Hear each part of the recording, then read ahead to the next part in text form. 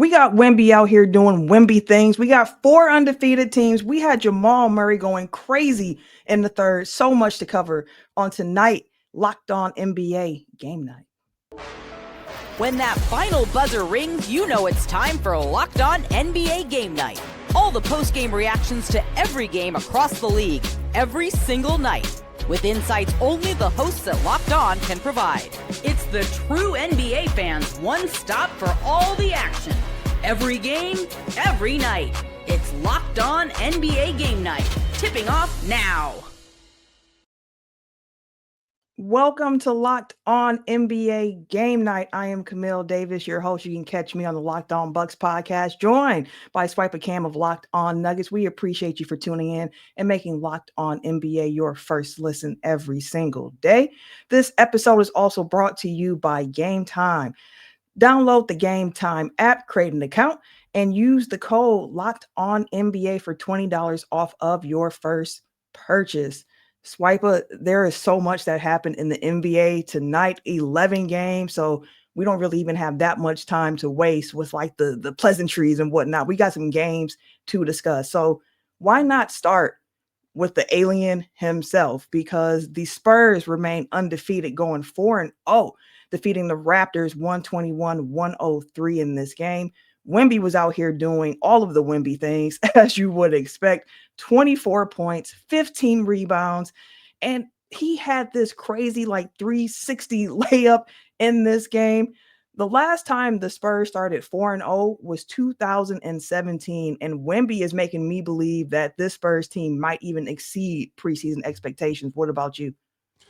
Yeah, I'm big on Wemby. I'm big on the Spurs. I love Dylan Harper. I am a longtime Devin Vassell fan since he was over at Florida State. I think that obviously, like Stephon Castle, they have a really solid squad. Jeremy Sohan went to my alma mater, so I believe in that team. I believe in Mitch Johnson. He was my pick for Coach of the Year this year. I think that he has done a tremendous job with his roster. I like the Toronto Raptors, too. I think Darko's done a really good job with them, and I think they'll get better as the year goes on. But you just see the difference with the Spurs is right now Wemby is playing maybe better than anybody else in the NBA. And, that means a lot when you're like in year 3 of your build. Right. He's able to get to the line at will, the amount of pressure he puts on you defensively where you can't score in the paint. And then his scoring ability has really taken a leap. He had some really strong periods last year as a scorer as well. But I think right now he's just been uber confident and only played 30 minutes. He was a plus 35. So the team is deep. Because they're so young and the contracts are mostly cheap on the roster, they have a lot of versatility. But, when you're playing at the level that Wemby is playing at, you're able to carry your team to really some high-quality wins. So they're a really good team, and they're probably going to exceed a lot of our preseason expectations. Yeah, I know they're definitely on the way to exceeding mine here so far this season. You mentioned some other guys they have on the Spurs too. They had 6 players in double figures in this game, 4th straight win against Toronto. And both teams were playing on the second night of a back-to-back in this game too. You wouldn't have been able to tell by how the Spurs came out in this one. And on the other side of that, unfortunately for Toronto, they lost their 3rd straight game now after winning their season opener. RJ Barrett did have 25 points in this one, and it wasn't really close throughout the game. Like there were a couple of moments where it felt like the Raptors were going to threaten, but then the Spurs would do something else and put their foot on the necks of the Raptors and continue on there. But for the Raptors, it's a team that's really based on like having this really aggressive defensive scheme, right? And I thought tonight in particular, sometimes that got them out of the play, over helping, getting beat, being forced into scrambles, and then just not making the right reads from there. It's like a tough way to try to live against this particular Spurs team. Yeah, they got as close as within 8 with about 7 minutes left. Like it was like 93 to 101, and then they ended up calling a timeout. Mm-hmm. And, the Spurs were just able to reset. So their offense is going to be an issue for the Raptors all year. It's just where they're going to get consistent level shot making from, especially when you're trying to get yourself back in the game. You usually got to do that from the 3-point line. They don't generate a lot of threes. So they will have some struggles this year, but I do think they'll still end up being a playoff caliber team in the Eastern Conference. Yeah, I think so too. East is wide open, and their defense tends to lead the way for them. But we have another team that's undefeated still, the Philadelphia 76ers. They defeated the Magic, dropping them to 1-3 after a 136-124 victory. I want to pull up a clip here from Mark Farzetta of Locked On Sixers for more on this impressive early season win for the Sixers. Maxey drops in 43 points as the 76ers come away with a 136-124. Yeah, convincing victory over the Orlando Magic. We'll get to the numbers, but how much fun is this to watch this style of play from the Sixers where the guards and the young guns, so to speak, are really running the show. They go up against a really good Orlando Magic team, a playoff team last year, and they control the game throughout. Orlando cut it to 2 midway through the fourth quarter, but the Sixers regained control after that. Maxey now 111 points to go through the first 3 games of the season. The only other 76er, and shout out to the TV broadcast for this stat, the only Sixer with more points than Tyrese Maxey through the first 3 games of the season, Wilt Chamberlain, during the 65-66 season. Kelly Oubre also dropped in 25 points, and VJ Edgecombe 26 points in the 76ers victory over the Magic. Listen, I tell you one thing about the 76ers team. Like, I had questions about them coming into the season because of health concerns with Embiid, with Paul George, but I'm starting to think that Maxey and VJ might be good enough to carry the Sixers, even if those two miss significant time. Check me real quick. Am I crazy for thinking that? Yeah, I don't know how far they would be able to carry them, obviously, because that's just like a lot to ask of your guards. But I think my biggest thing is, preseason, I had Cooper Flag on my preseason rookie of the year list, but I did that out of what do I think is going to happen as opposed to what I believe that I would do. VJ Edgecombe, he has been so good for this roster. Yeah. He's already such a good shot maker. The defensive chops that you want to see from a player with that kind of build, they're there. He's fluid. And again, you're getting 26 points and 7 assists from a year one guard in the 4th game of the year. And then you get a chance to couple that with Tyrese Maxey scoring explosiveness. That is a really good team. So I think when Embiid is able to be 50% of himself, and then you get Paul George, they will be a really good team. I don't know how good they'll be in terms of like second round of the playoffs, Eastern Conference, but I think Sixers fans, you can take a lot of hope and joy in the fact that even if like you don't get like a prime Joel Embiid, you got Jared McCain, you got Quentin Grimes, you got Maxey, and now Edgecombe. You can really hang your franchise around those 4 players, and in particular Maxey and I think VJ Edgecombe. So I'm really excited to see how they continue to grow this year. Yeah, for sure. Maxey and VJ, the two of them have combined so far for 186 points this season.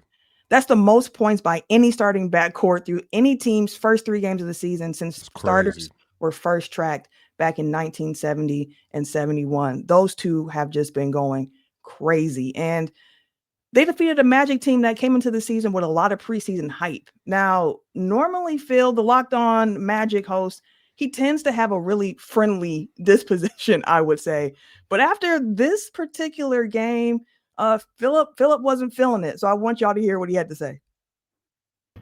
This is Philip Rossman-Reich, the host of Locked On Magic, as the Orlando Magic suffer a frankly embarrassing and frankly unacceptable 136-124 loss to the Philadelphia 76ers. We could talk about all the host of problems that the Orlando Magic have. We could talk about all the things that they have been struggling with so far this season. None of it matters, and none of it means anything if they're going to struggle on defense like this. For the last 2 years, as the Orlando Magic rose to become this playoff team and this up-and-coming team that everyone was excited about, it was the defense that was the base of everything. When the Magic acquired Desmond Bane, who had an excellent game, by the way, when the Magic acquired Desmond Bane, it was done knowing that they had a top 5 defense to lean back on. Nothing matters if the Magic do not have this identity. Nothing matters if the Magic can't get stops consistently. All these other little mistakes, they do not matter if the Magic don't get stops first, because they can always recover if they get stops. And frankly, down 15 in the third quarter, they did. They made their comeback. They got so close to retaking the lead. But their defense betrayed them again and again and again. For one of the top defenses in the league last year, for a team that prides itself on that, and this is plainly unacceptable. This kind of loss cannot happen, and I'm going to yell about it more on Locked On Magic. I respect it. I respect it because it's a team that came in the season with some big expectations, and in a game against a Philly team that there were questions about. You wouldn't expect this particular outcome because it wasn't close until the Magic did have this comeback and start fighting back. But I honestly expected more of the Magic myself in this game too, in addition to what Phil was saying. Yeah, I just think, Camille, I think a lot of people just need to take a little bit of a breath because, I keep reminding people in 2023, the first 10 games of the year, I want to say the Portland Trailblazers, they were like the number one seed. There was a period where the Chicago Bulls were the number one seed in the NBA for the first few games. Everything early season for me is just like hogwash because it's just you don't know what you get really high level play from players you don't expect it from. You get not so great play from players or historically like really good players. Teams are kind of oscillating where they are in the regular season standings. But I think by the time you get to game 21, that's when you kind of find out who's who in the league. So I do think for Magic fans, it's not great right now. But your defense is going to be elite again. It's just going to take some time for them to get used to playing together. And I do think their offense will be slightly better, but it's still going to come down to how do you generate and who on your team is going to help you generate a lot of high-quality looks either around the rim or from the three-point line. I still don't know who that's going to be.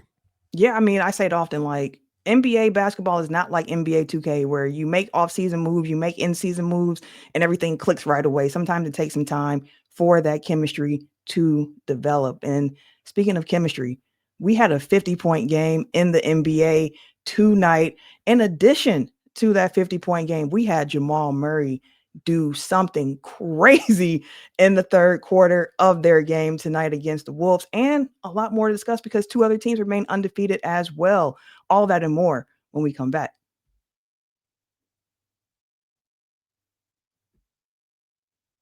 But first, I have to talk to you about our good friends over at FanDuel because the NBA season is here, and that means that there is no better place or time to get in on the action than with FanDuel, the official sports betting partner of the NBA. Even if you missed the start of the game or you want to ride the hot hand, FanDuel has live bets on everything from who will score next to fourth quarter comebacks. Plus, you can even combine your live bets into a same game parlay for a shot at a bigger payout. It keeps every game exciting, especially when your team is making that late push. Right now, FanDuel is giving new customers $300 in bonus bets when the first $5 bet wins. So head on over to FanDuel.com and sign up to play your game with FanDuel, the official sports betting partner of the NBA.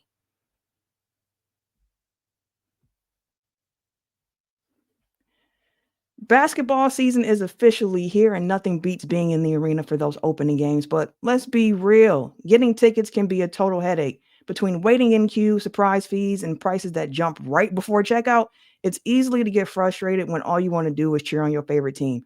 This is where GameTime comes in, the app that gives fans the advantage. It's your ultimate life hack for scoring amazing NBA tickets fast, easy, and stress-free.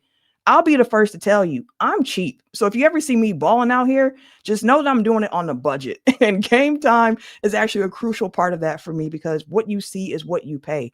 There are no hidden fees at checkout, and you can find some NBA tickets for under $25. So make sure you take the guesswork out of buying NBA tickets with Game Time. Download the Game Time app, create an account, and use the code LOCKEDONNBA for $20 off your first purchase. Terms do apply. That's code LOCKEDONNBA, LOCKEDONNBA for $20 off. Swipe, tap, ticket, go.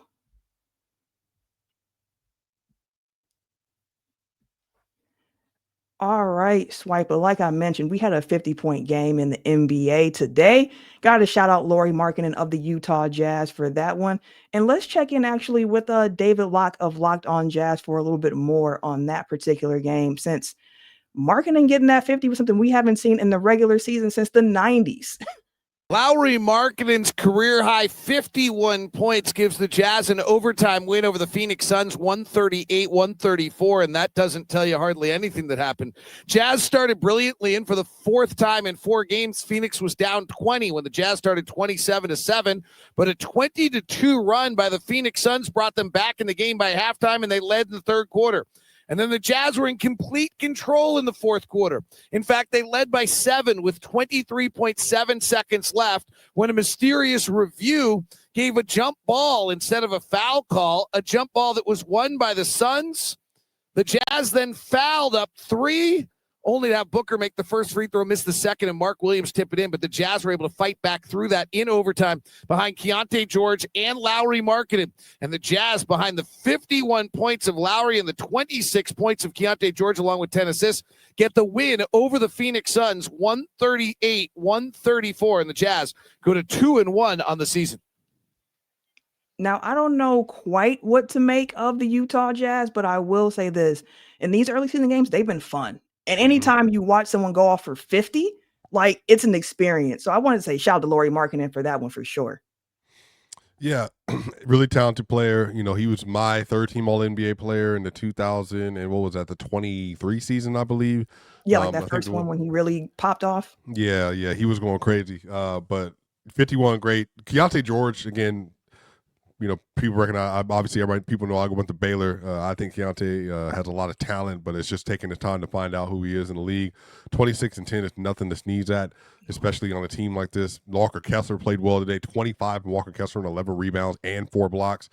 That's a player that everybody's been talking about in the league. Like, you know, does he stay or does he go?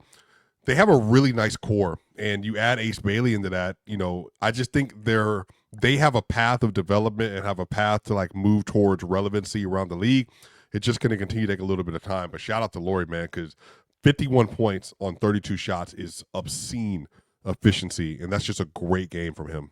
Yeah, it truly is. It truly is. So we had to shout him out for that one. And got to talk about your guy, Jamal Murray. The Nuggets defeated the Timberwolves 127-114 tonight. Timberwolves dropped to 2-2. Nuggets moved to 2-1 after this one. Jamal Murray had 43 points himself in this game. 23 of those points came in the third quarter. Nikola Jokic was out here looking just like how he normally does, dropping another triple-double out here as the Nuggets beat, albeit a shorthanded Minnesota Timberwolves team without Anthony Edwards on Monday. But I wanted to ask you this because I know you watch the Nuggets very, very closely with Locked On Nuggets being in your bag and everything, but correct me if I'm wrong. Jamal Murray tends to normally start seasons pretty slow, and it doesn't feel like that's been the case so far this season for him. Yeah, he even addressed this just the other day after the Suns game, and he said he kind of wants to dead that narrative.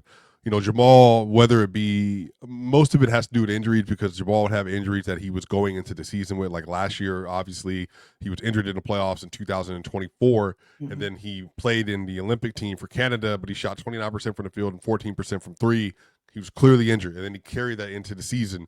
So he just hasn't had the opportunity to have like full health consistently, and so that's really affected his ability to be able to come into a year and be what he is right now. Right now, he's averaging 35-6 on 52, 43, 92 splits to start the year off. Again, just like I said, these other segments, like Swipa, well, are you going to be consistent?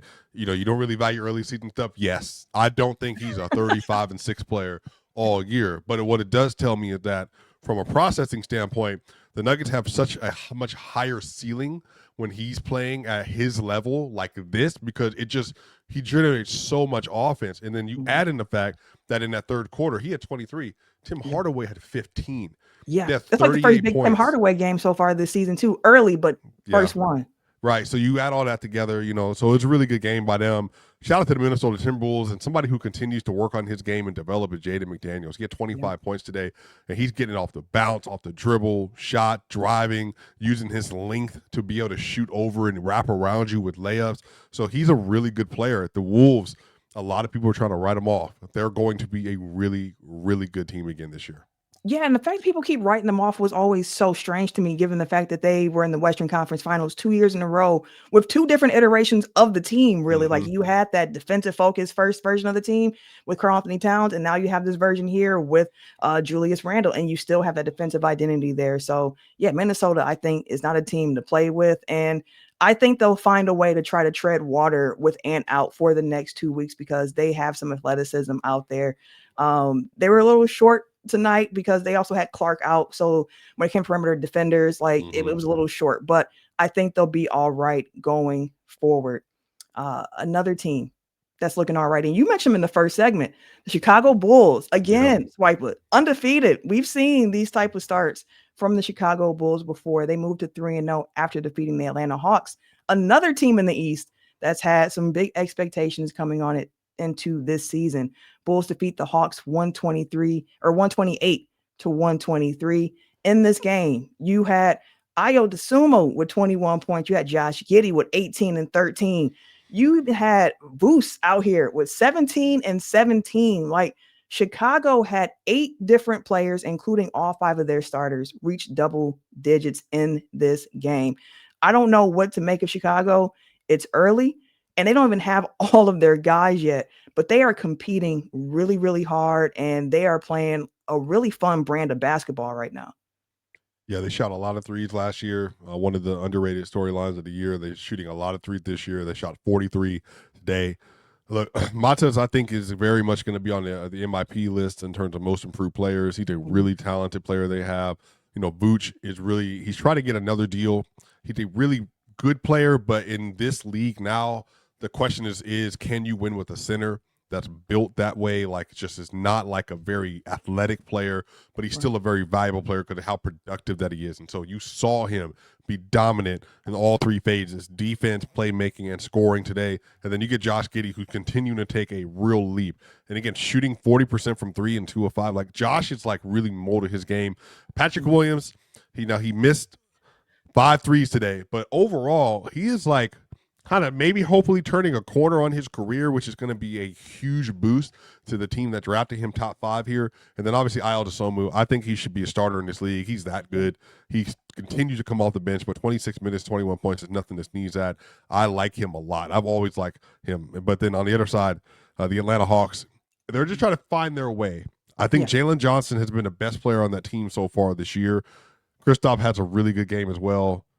But I don't know what to make of Trae Young, and I don't know what to make of like his shooting decision still, but maybe as the year goes on, he kind of figures that I don't have to take the same kind of shot diet as I normally have done because I have all these pieces around me. But I'm curious to see what they look like in the next like month or so. Yeah, same here. And I think right now, too, what you're seeing from Atlanta is they're still, like you said, figuring each other out. Like, we knew Porzingis, he had missed 2 games with flu-like symptoms. We had Jalen Johnson missed a game so far this season with an ankle sprain.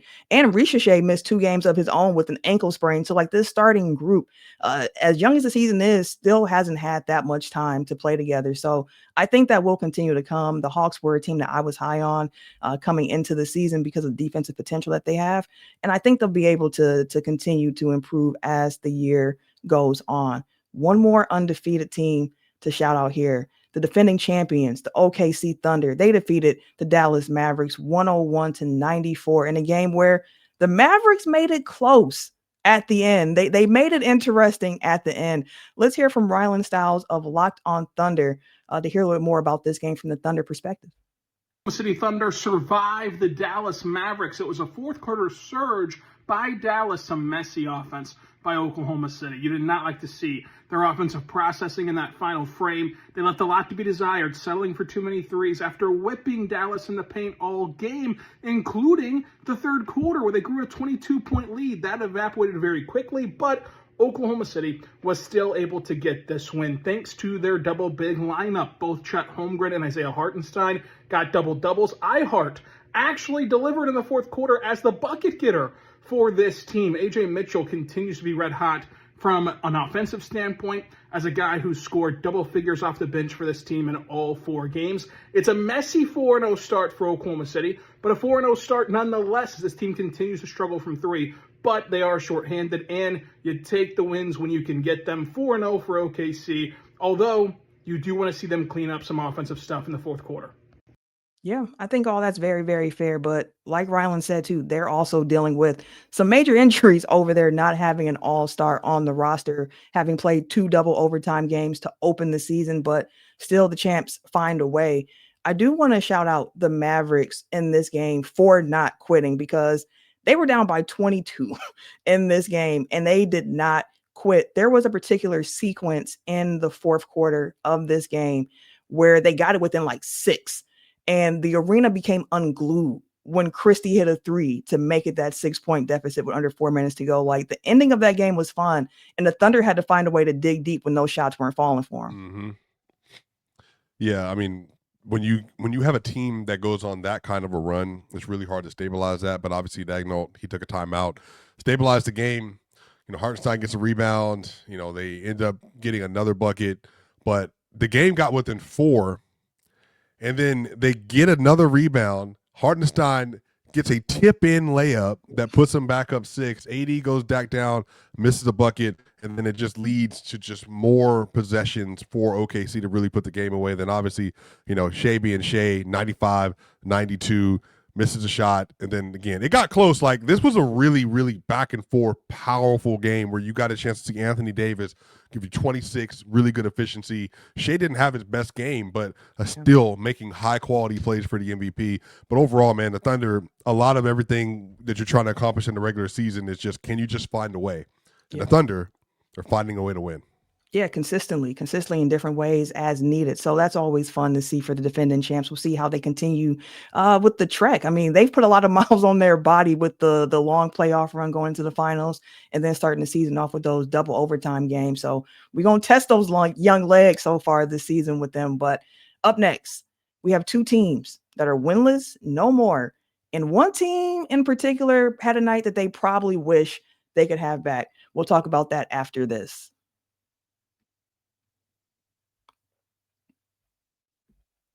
If you are a business owner, here's the truth. All right. SaaS promised to make work easier, but now the average company is buried by hundreds of apps that slow down your teams and simply don't work together. That's not SaaS. That's sad. Software as a disservice. And that's why you need Rippling. Rippling is the unified platform for global HR, payroll, IT, and finance, all in one place. They've helped millions of businesses replace a mess of disconnected tools from one system designed to give leaders clarity, speed, and control. Everything, and I do mean everything, from onboarding to payroll to IT access, it runs automatically and perfectly in sync. It's seriously simple to use, and it gives companies one source of truth for their people, their data, and everything they touch. So whether you want to run your entire HR, IT, and finance operations as one, or just fill in the gaps in your software stack, Rippling can do it all. And right now you can get 6 months free when you go to rippling.com/lockedonnba. Learn more at rippling.com/lockedonnba. That's rippling.com/lockedonnba for 6 months free. Most people can't actually name all of their financial accounts and even what they're worth, whether you're talking about 401ks, properties, or investments. And when you don't have the full picture, you can end up leaving some money on the table. That's why I personally started to use Monarch. It's an all-in-one personal finance tool that brings your entire financial life together in one clean, easy-to-use interface on your laptop or your phone. Monarch is built for people with busy lives. If you've put off organizing your finances, Monarch is for you. It does the heavy lifting. It can link all your accounts in minutes, see clear visual data, and give you smart categorization of your spending. You can feel in control of your money without ever touching a spreadsheet. I personally love how easy it is for me and my husband to manage our finances together. The app is built to support multiple users sharing finances, so it makes it a breeze. Don't let financial opportunities slip through the cracks. Use the code LOCKEDONNBA at monarch.com for 50% off your first year. That's monarch.com, code LOCKEDONNBA for half off your first year.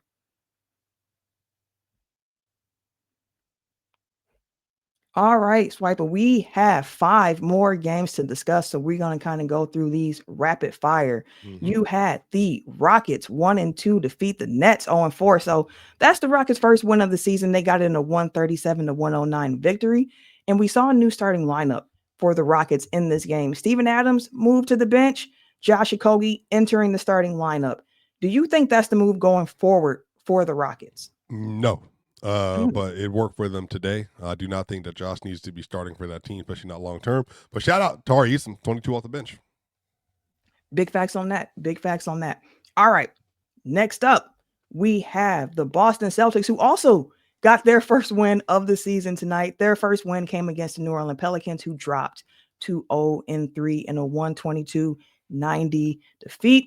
John Corrales, he had some thoughts after the Celtics finally got that first win of the season.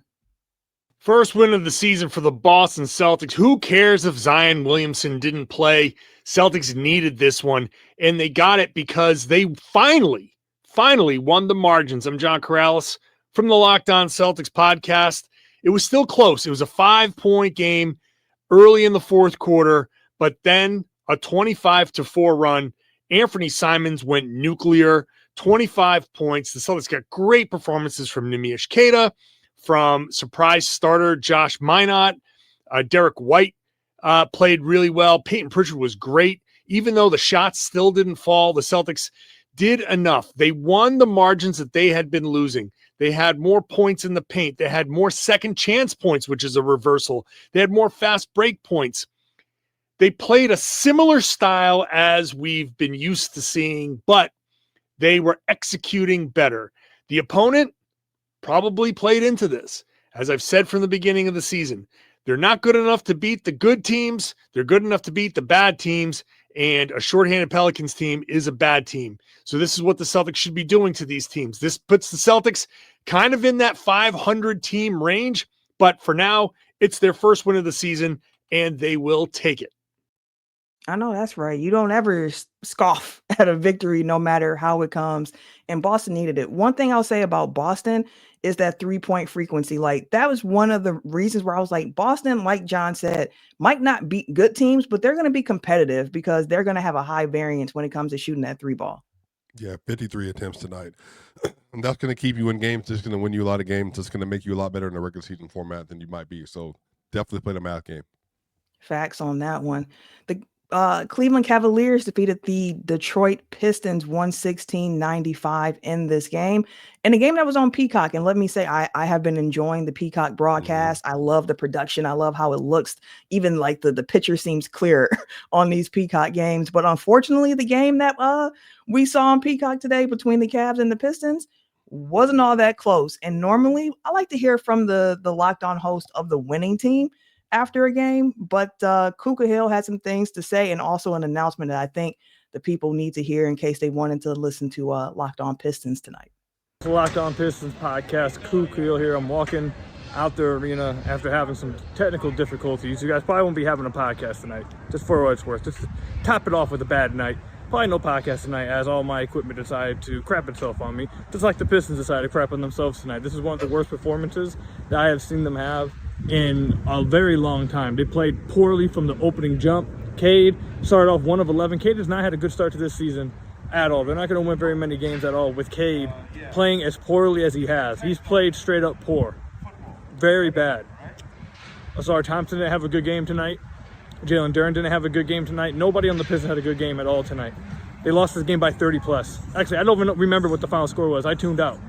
I was in the arena and I tuned out with like 10 minutes left in the game because they were down by 34 at that point. That's terrible. I don't care if it's the Cleveland Cavaliers. I don't care if it's the back end of a back-to-back. You can't play like that. That's unacceptable loss.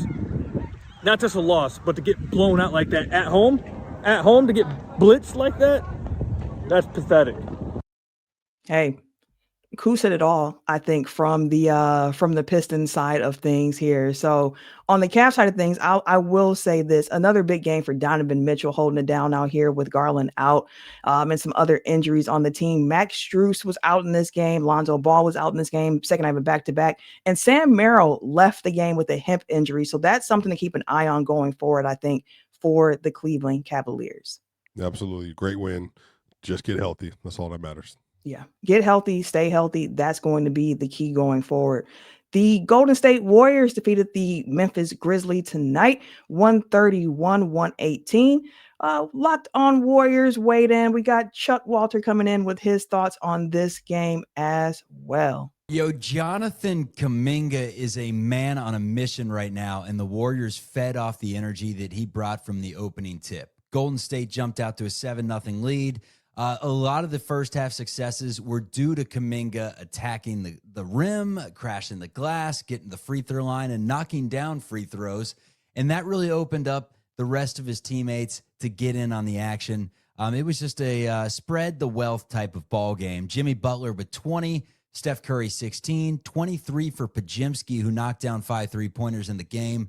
And great news, first we've really seen of Moses Moody is the game against Portland. That was just kind of a get your feet wet game. Today was an attack game, and in the second half, he did just that. He had 20 points in the contest.